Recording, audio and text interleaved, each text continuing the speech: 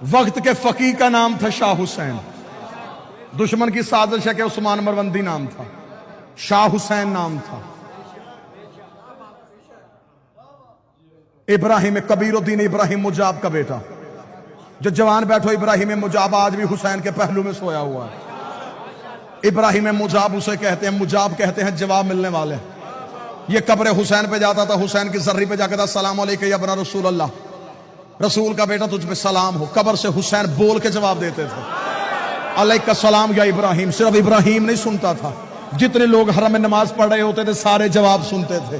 عرب والوں نے اس کا نام رکھ دیا ابراہیم مجاب. یہ وہ ابراہیم ہے جسے حسین جواب دیتا ہے.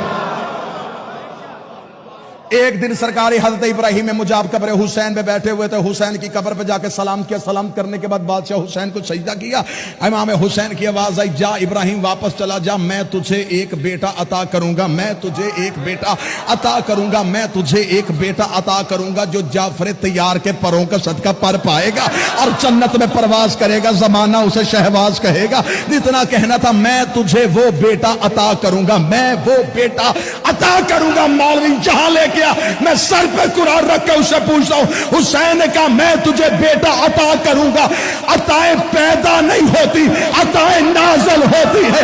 اب مجھے بول کے بتا، جن کے گھر کا کتا نازل ہوتا ہو وہ 14 پیدا نہیں ہوتا.